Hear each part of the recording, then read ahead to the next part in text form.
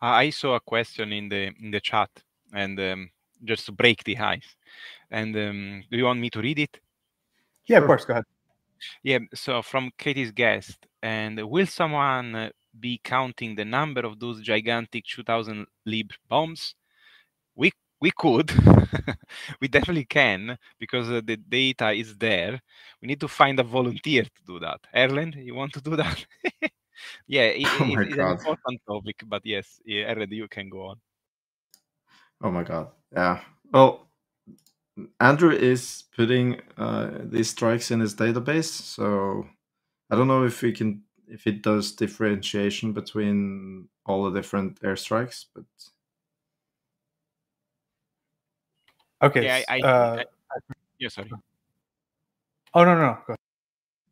No, my only point is that it's probably the only issue is that he do not always differentiate between different FAB model, so only airstrike, but because he put all the evidence, if we really want to explore that, it could be done, but it requires a lot of work, of course, but can be done.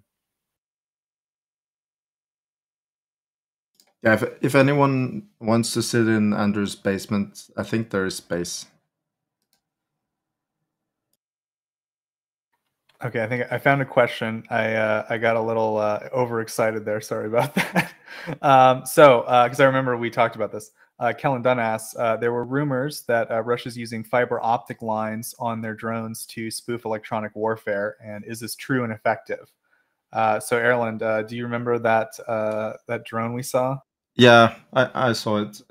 It's interesting. I didn't see any proof that this has been fielded successfully. Just some images about or of a drone that is basically releasing a fiber optic thread for imagine like a kite, but a drone, right? Well, it's basically dispersing this thread instead of using radio communication, and that's not a new thing. I mean, a lot of anti-tank guided missiles, like the TOW, uses a small copper wire that it disperses for controlling the missile. So this is basically following that principle. The difference here is that FPV drones often go 10, 15 kilometers. Mainly around 10 kilometers, and that's a long way to disperse such a thin thread, and I have some suspicion that it might get a little bit problematic with wind and foliage and all that stuff could tangle up the thread, and but if the system works, then that's a big problem, because then you won't be able to jam it. Traditionally, you would only be able to jam, or not jam it. You would be. It's possible to destroy electronics with microwaves, and this drone wouldn't be defeating that sort of electronic warfare, but it would defeat all other jamming efforts. So that's a little bit worrying, but I still don't see any proof that it's being fielded successfully. So I think there's a lot of complications doing that they need to manage to but yeah, it's interesting. Yeah, it's definitely an interesting development. Oh, go ahead, Daniel. Oh, sorry. No, I wanted to back down on that last point, because one of the most important things that you have to understand: FPV drones are very fast and are characterized by agility and capability of changing direction literally in a blink of an eye. So so this is not very ideal with a thread attached on your back. So you will lose for sure agility and capability of operating in the same way. Plus, the range would be downsized quite a lot.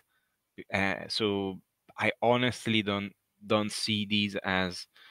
I mean, a TOW is much more lethal, and is much more can have much more payload. So I don't think these will be a significant change in the battlefield. Yeah, so the thing that makes me skeptical is that the weight of the overall drone is it's a lot less than a big missile, right? And that means that any sort of like pull on this thread would affect the drone a lot more. So it seems, you know, a little bit implausible that this would be working. And also, if you look at this big spool of fiber optic thread, even if the thread is light, maybe per meter, you're still adding significant amount of weight to the drone, which is going to be very problematic.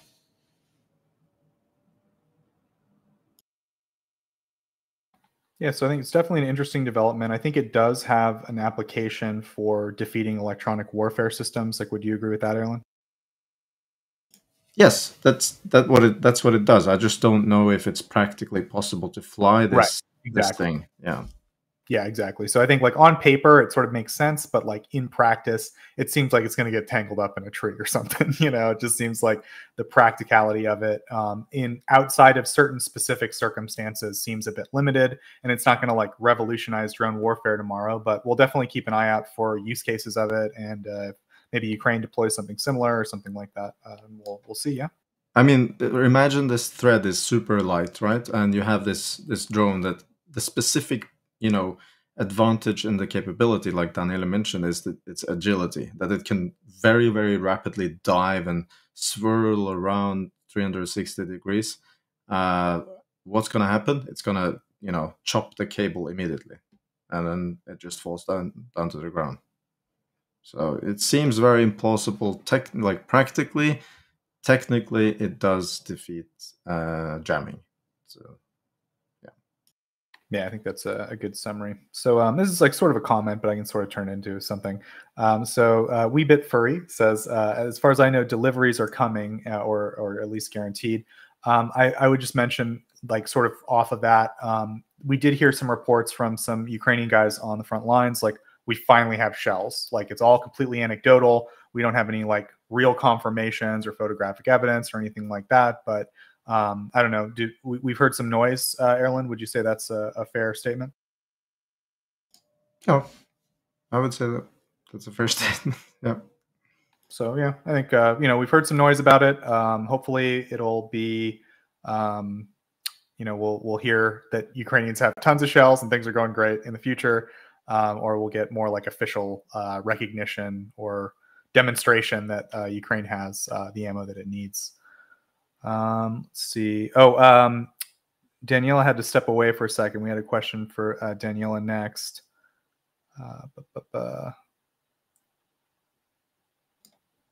I just wanted to add that even if the promised 800,000 shells are not in Ukraine yet, maybe they have got guarantees that they are arriving, so they might be a little bit more prone to release some of their the ammunition they have in storage. So there have been some messages from certain groups on the front line saying, yeah, we suddenly got shells now and we're shooting more, and there's been an uptick in the numbers. And I just speculate that it could be the fact that they're releasing more willingly from the storages because they know more ammunition is coming in. So that's my speculation. Yeah, thanks, Erlen. Okay, so I have another question from Kellen Dunn, which a great question, Kellen. These are all like stuff. This is like literally the stuff we talk about on our server, like when we're trying to figure things out ourselves. So, do you guys believe that the 2 Patriot launchers were hit recently? Germany to Ukraine, would you please give us your presentation on how you're definitely sure that they were Patriot batteries for sure, 100% confirmation? Go ahead. I'm not sure. I'm strongly against I'm just this. kidding. He's very against this idea that we have yeah, any no. confirmation. Go ahead. I just want to point out, I'm not saying that these were not Patriot launchers or Patriot equipment in general. I just haven't seen any proof of these vehicles actually being vehicles of an air defense system. I mean, Germany, for example, alone Germany delivered dozens of these trucks, exactly these trucks, which are used to, for example, deliver ammunition to the front line and stuff like this, right? The vehicle column was way too small in my opinion. And yes, we saw some proof that this might be something related to Patriot and this blah blah blah, and we saw images, but as far as I see it, like, no proof we have seen has 100% confirmed indicated that this is a Patriot starter launcher or some other Patriot equipment. All we have saw was that a column of vehicles, which are most likely MAN trucks, were hit by what was it, in Iskander? Yeah. So in my opinion, nobody from the footage we have right now, nobody can tell with 100% confirmation that these are Patriot equipment. Yeah, in my opinion. Yeah, the footage is very much like people pointing at like a collection, a pile of like 10 pixels and going, see, that's a Patriot battery. I mean, it's like really hard to tell. And then the final result of the object, when you finally sort of get a more clear view of it, it has been reduced to what amounts to scrap metal. So you can tell it was like some kind of truck, but like it'd be really difficult to tell exactly what that thing was based on the stuff we have. I know John mentioned like the cook-off kind of looks like a SAM, like a surface-to-air missile, which, you know, that narrows it down maybe a bit. Again, not confirmed, but that's just like John's like, I've seen a lot of SAMs blow up, kind of looks like that. That could be a ton of other things. You know, I'd say Andrew and Gick like do this the most, right, of anyone I know, and I think probably anyone who's done it actually for Ukraine specifically. Like I would challenge anyone to show me who's done visual identification of destroyed stuff more, and both of them are like, we don't know what that is. And so to me, that's like, those guys can identify stuff like pretty well. And if they're saying we don't know for sure, could be Vampire, could be Patriot, could be whatever, definitely not confirmed, but possibly Patriot. Certainly, we're not ruling it out. That to me is like pretty solid evidence that there probably isn't a good expert on the internet that can tell you that that was definitely Patriot or not. There's probably intelligence services that know and stuff, but we're not going to know. I don't know. What do you think, Maurice? Yeah, I mean, the intelligence services, especially Ukraine's closest allies, will surely know if this was a Patriot or this was Patriot equipment or not. I mean, we all have to understand, even if this was some kind of Patriot equipment, like 2 launchers and maybe a logistical vehicle and stuff like this, until they don't have destroyed, unless they don't have destroyed the command post or the radar, right? I mean, the whole battery still functions. They have just less launchers, right? It's not like the whole air defense system is destroyed. Yeah, so and the closest allies like the US, Germany, and the Netherlands, in case this actually was something related to Patriot, these 3 nations should know this, because although when I saw that, right, this was most likely or these trucks looked like MAN trucks, so not the US vehicles. So when I were in charge in Ukraine, right, and some launchers were hit, I would go to Germany and to the Netherlands and say, hey, can you replenish this, right? Can you send us another 2 or 3 launchers? I mean, the Dutch have sent Patriot launchers too, and the Germans also have sent 2 additional ones. So I mean, doesn't it make sense to just ask them, hey, can you replenish this? And then everything is working. For me, it makes sense. Yeah, so they would know. Yeah. Yeah, so definitely a good question. Like, I think that's kind of one of the reasons we started Tochnyi, or like work on Tochnyi, is like we see noise in the news or on Twitter or on other social media about like, oh, 2 Patriot batteries destroyed, and then, you know, people like Germanade or Andrew or, you know, Gick or Daniela like actually go look into it and go like, do we actually know what this thing was? Like, can we prove that, or can we demonstrate that with the information we have? So yeah, I think it's a good example of like stuff we like to clear up at Tochnyi. Daniela is back. He's dealing with a kid. Daniela, Okay, sorry. Oh, Can I? course, Yeah. Just one very second, very fast, because it's still related to the same topic. SK asked, has there been a denial concerning Patriot launchers from the UA side? Not that I have seen. Not to be honest, but neither have I seen proof or anybody else, like Ukrainian media saying 100% according to government sources or someone else. I haven't seen this. Yeah. Such news. So yeah, Officially, absolutely. Yeah. So neither denied nor confirmed. Yeah. So sorry, Joseph. Oh yeah, no worries. Thanks, Maurice. So Daniela, we had a question from Mitch Ashdown. I think it's like an important question. It's totally valid question for any type of statistical research. Are there any inbuilt biases in examining the videos from the available data? Like, do you feel like there's some kind of a sample bias from like what stuff gets filmed or things like that? And like, how do you interpret the data itself? Like, in terms of, do you feel that there's any kind of bias in that data? Go ahead. Yeah, no, thank you for the question. I'm totally aware about that. So, first of all, the reason why I'm quite, I think the data are quite robust is because it's not done by one single person. Now there are nearly 4 people working on that, but mainly Andrew, Geek, and very little that I do is done independently. We cross-check and often we correct each other. And mainly Andrew and Geek, I do very little. I do more the analysis, and essentially more than I think 2,000 sources, even more, are daily scrapped by Andrew and Geek, and now they have another collaborator. And so they take all these videos, all these informations, and they start to look at them, categorize first.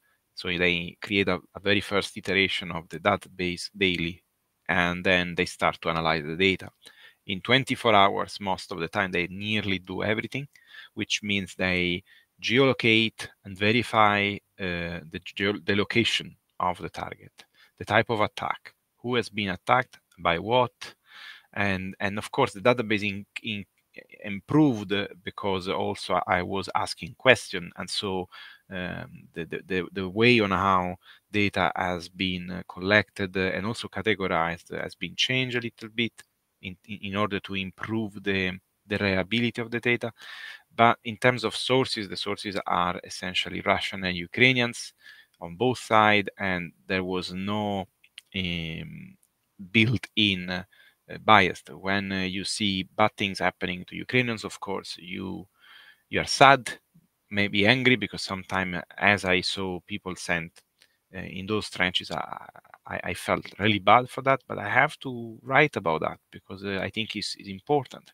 Because our society flourish when there is accountability and when trustworthy information is delivered.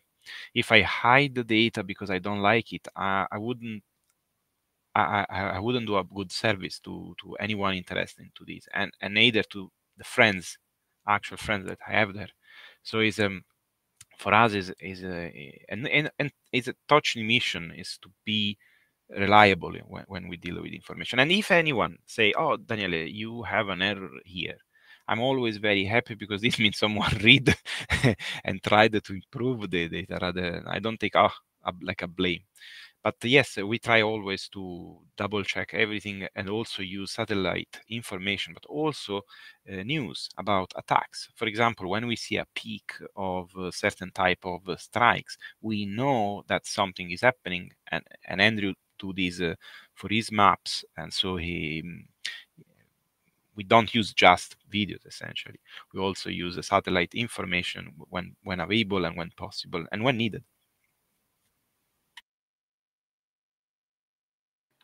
Thank you very much, Daniela. So I think I'm at basically the end of my questions. I have like one more thing I'll add, but does anyone have any questions they saw from the chat anywhere that they want to get through?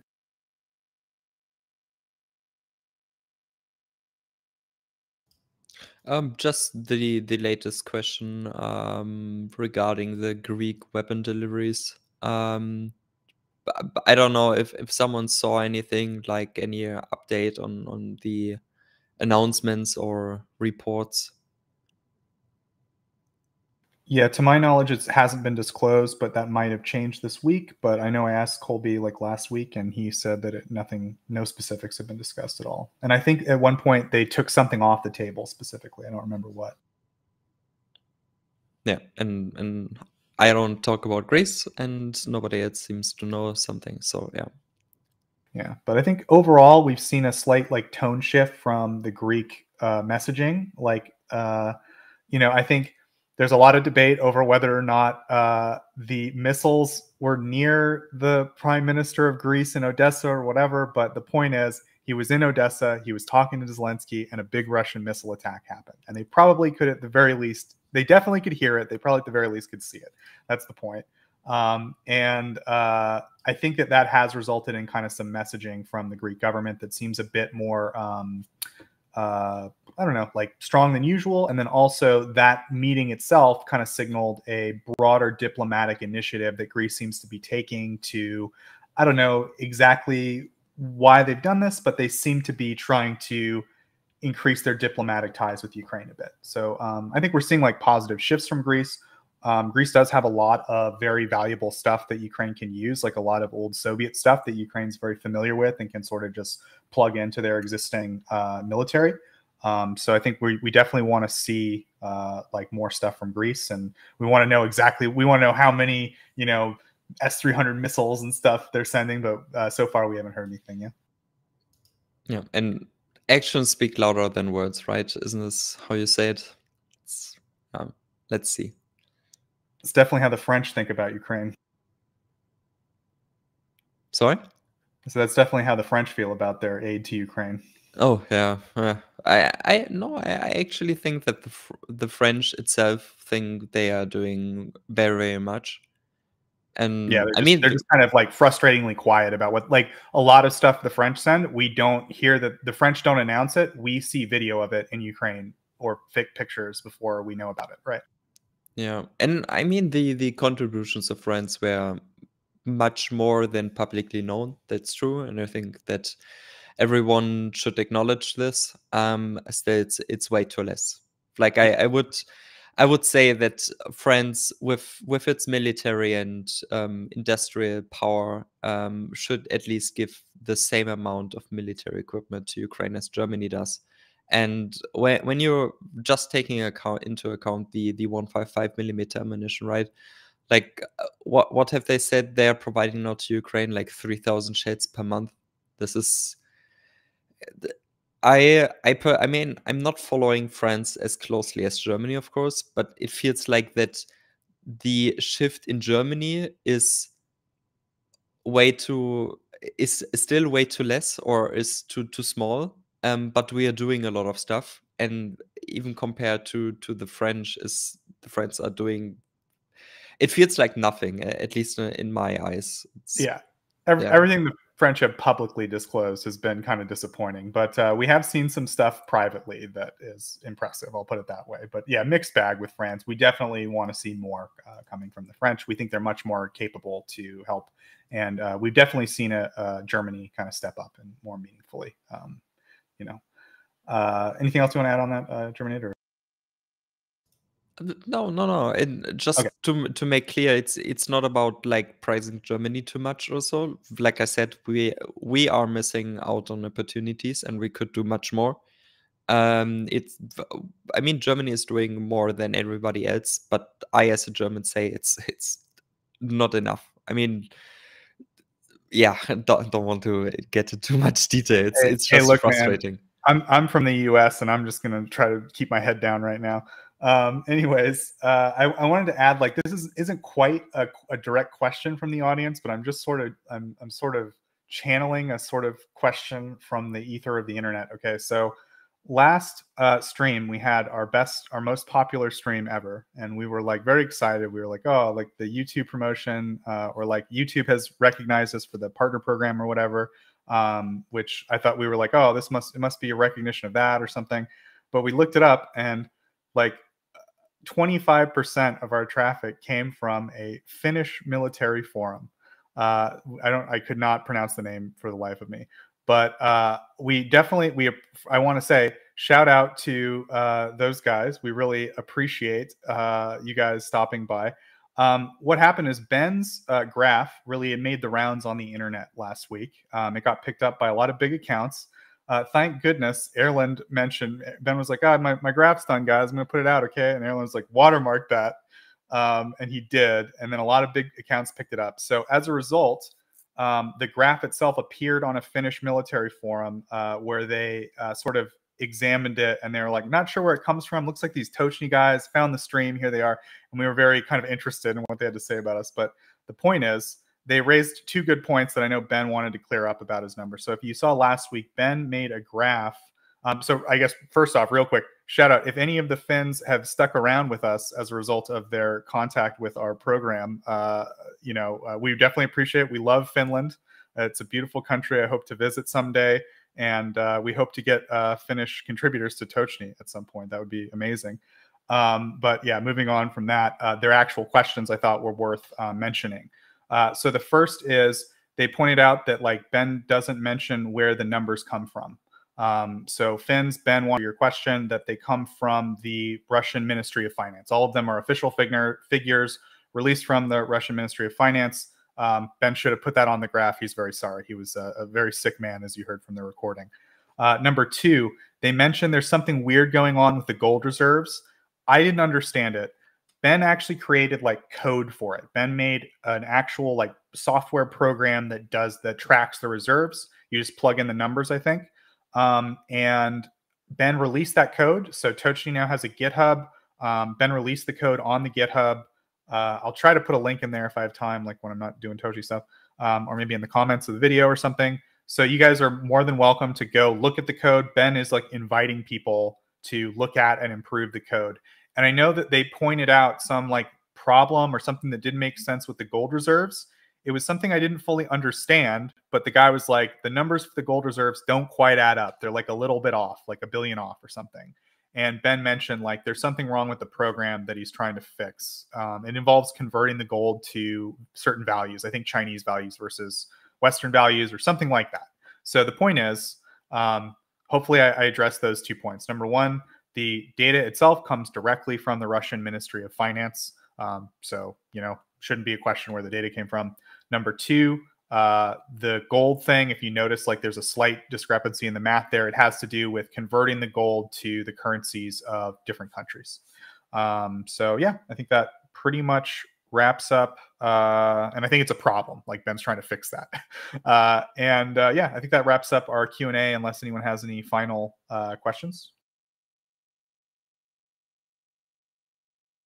Well, to the point that we got a lot more viewers, for some reason we have an insane amount of viewers on Twitter, and I just wanted to say to the people of good X/Twitter that it is a lot more, how do you say, you get a lot more out of the YouTube stream because there is a comment field where people actually debate and ask questions, and yeah, it's a vivid comment field. So if you're on Twitter and you're kind of lonely, then jump over to YouTube, because I think that's giving a lot better experience for the viewer.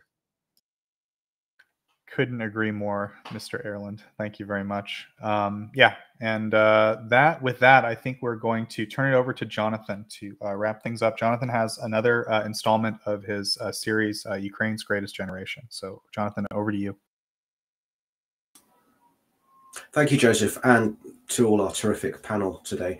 Our woman for Ukraine's Greatest Generation this week is Yana Rykhlitska. Yana Rykhlitska was born on the 2nd of April, 1993 in Vinnytsia.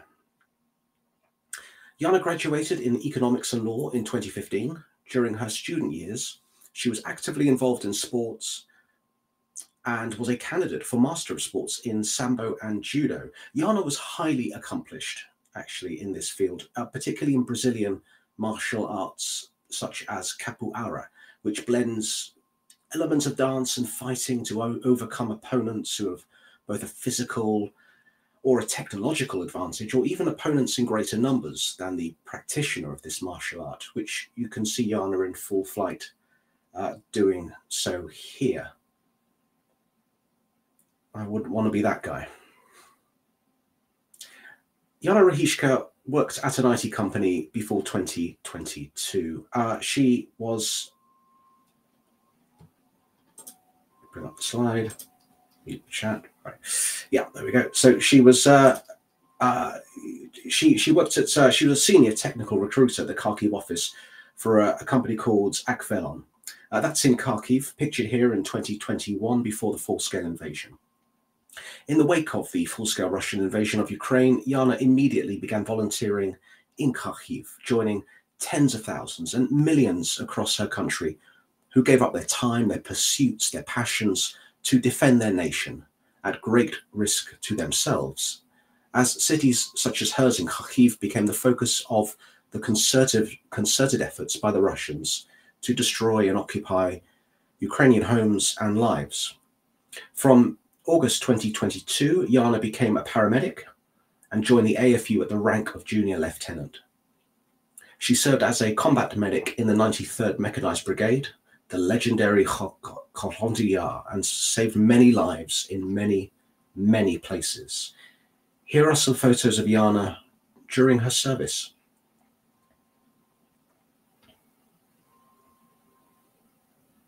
You may recognize that flag. That was one from one of the rallies. So the following photo